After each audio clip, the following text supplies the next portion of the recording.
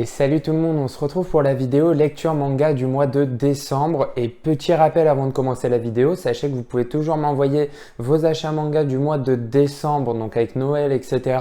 sur Instagram. Comme ça, on essaiera de faire une vidéo encore une fois la semaine prochaine si tout se passe bien sur vos achats manga de décembre et également de Noël vu que c'était un peu la période. Donc bon voilà, juste un petit rappel pour vous le rappeler parce que j'ai pas eu énormément de messages cette fois-ci pour l'instant.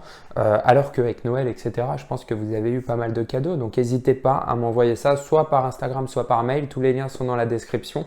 Donc bon, voilà, vous connaissez la chanson maintenant et on attaque tout de suite. Donc au mois de décembre, j'ai lu en tout 5 séries pour un total en tout de 7 tomes. Et le premier tome, du coup, il s'agit de Aready, donc un manga shonen un peu en 13 tomes, si je vous dis pas de bêtises. Et ben là, du coup, j'ai lu les 3 premiers tomes. Voilà, vous les avez juste ici.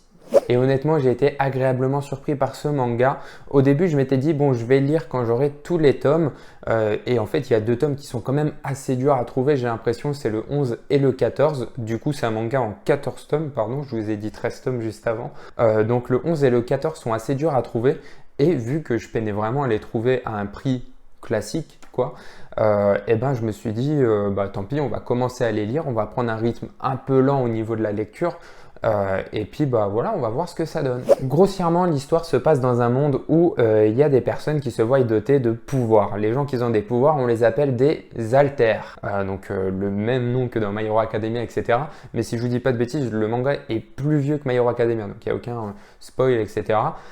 Voilà, donc ça s'appelle des alters, et sauf que ces personnes, au lieu d'être vues comme des héros, etc., ils sont tous vus comme des sortes de mutants, etc. Donc, ce qui se passe, c'est que toutes les personnes qui ont des alters, on va les envoyer sur une île, et cette île, elle s'appelle Aready. Chaque alter va avoir une classe, c'est-à-dire il va y avoir des alters de classe A, B, C, D, S, etc. Et qui vont du coup faire que les alters forts seront tout en haut, etc.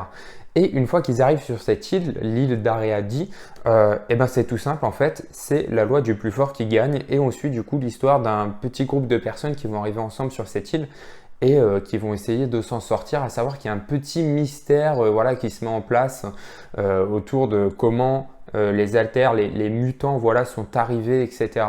Donc bon voilà, il y a un petit mystère qui se met en place et honnêtement, c'est super plaisant à lire. Les dessins sont vraiment plaisants et les scènes d'action sont très bien retranscrites et honnêtement, je trouve que ça claque. Je vous remets une petite planche pour le plaisir, mais honnêtement, ouais, j'aime vraiment ce genre de dessin et ça me plaît vraiment et c'est vraiment tout le manga qui est fait de cette façon, voilà. Il n'y a pas, on va dire, seulement les scènes d'action, etc. Tout est bien pour moi retransmis, les scènes d'action sont très faciles à comprendre, c'est pas très brouillon, etc. Et il y a vraiment du peps tout le long en fait, il n'y a pas vraiment de... J'ai lu que 3 tomes mais il n'y a pas vraiment eu de moments un peu plus doux, etc. Honnêtement, ça arrive vraiment très bien à juger en fait la tension, etc. Honnêtement, super plaisant, donc j'ai lu 3 tomes et voilà, j'ai hâte de lire la suite. On continue avec Spy X Family, le tome 6 et honnêtement, je l'ai déjà dit avec le tome 5, mais Spy X Family pour l'instant, c'est une série qui ne me déçoit vraiment pas. Les 5 premiers tomes, je les ai trouvés vraiment excellents et pour le coup, le tome 6, il déroge pas du tout à la règle. C'est toujours super plaisant à lire, on est un peu découpé en 2 parties, une première partie sur Lloyd et sa collègue de travail, on va dire, où ils vont devoir faire un match de tennis assez particulier et honnêtement, c'était super plaisant à lire. Et une deuxième partie un peu plus centrée sur l'école, du coup, avec Anya, qui est quand même un peu le centre principal aussi de cette histoire.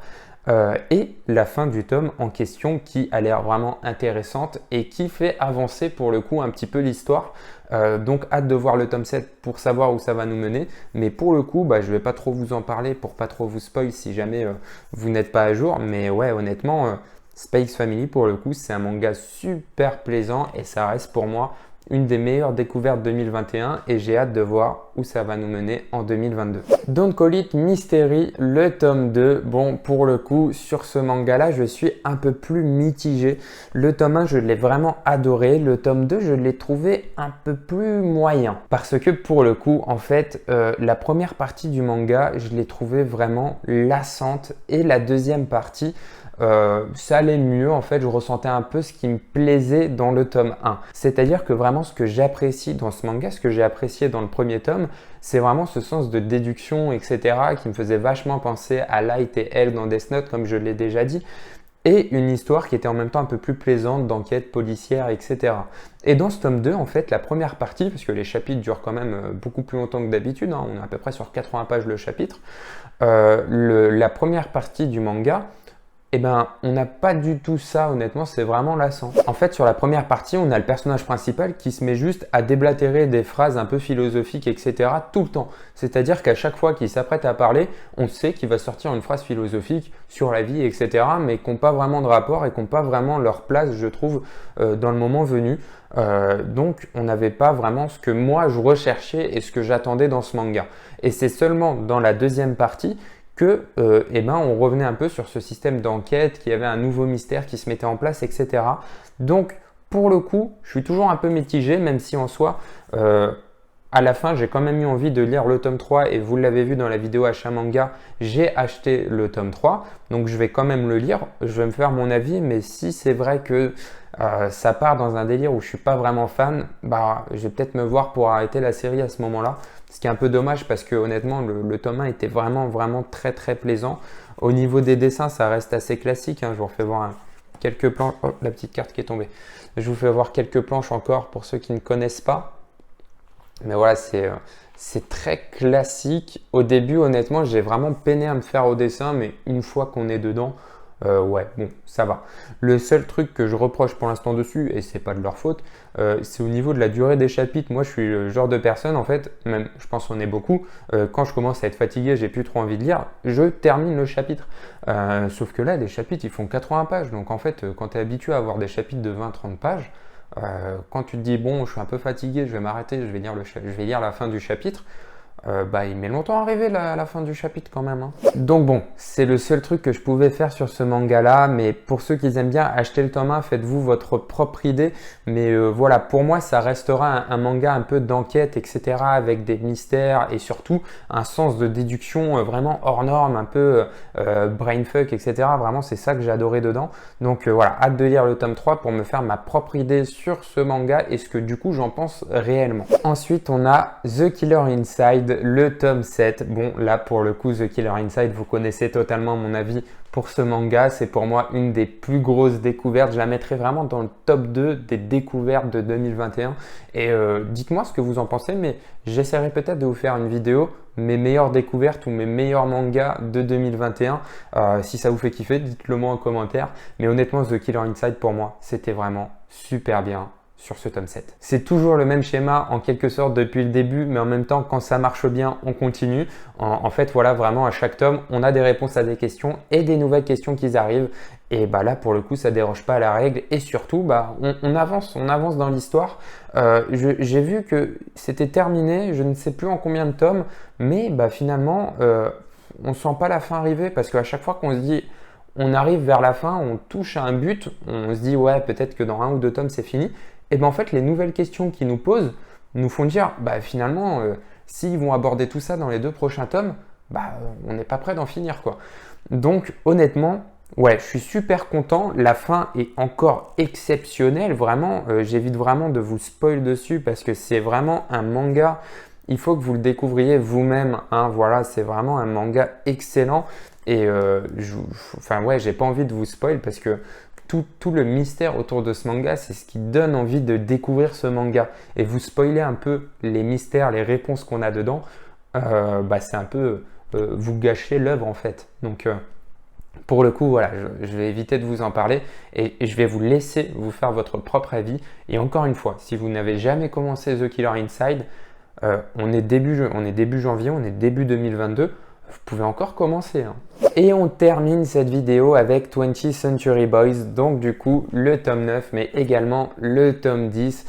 Vous l'avez vu, je m'étais dit bon, je verrai si j'attends le tome 11, etc. Mais finalement, j'ai craqué. J'ai lu le tome 9, j'ai lu le tome 10. Honnêtement, super plaisant. Pour moi, ça, c'est vraiment, je vous spoil, mais c'est vraiment la plus grosse découverte que j'ai faite en 2021. Et c'est dommage parce que le tome 11, le dernier tome du coup de cette magnifique œuvre, devait sortir du coup en décembre, sauf qu'il a été repoussé en janvier.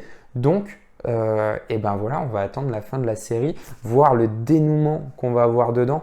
Mais honnêtement, j'ai fait une grosse pause sur 20th Century Boys de à peu près 2 mois, si je vous dis pas de bêtises. Et quand j'ai repris, j'étais complètement perdu, donc j'ai dû relire le tome d'avant, etc. Et je pense que quand le tome 11 va sortir, je vais me refaire le tome 9, le 10 et le 11 pour vraiment bien terminer la série. Parce que j'ai vraiment pas envie de louper quelques infos, etc. Parce que c'est quand même une série où honnêtement, c'est encore mieux si vous la lisez du début à la fin. C'est-à-dire que honnêtement, si là vous avez encore jamais lu 20th Century Boys, eh ben, j'ai envie de vous dire c'est le meilleur moment pour la commencer. Parce que tout simplement, vous pouvez enchaîner tous les tomes d'un coup et avoir toute l'histoire et du coup vous aurez tout en mémoire et honnêtement, ce sera beaucoup plus plaisant à lire que de lire un tome par mois ou un tome tous les 2 mois en fonction de vos achats, etc.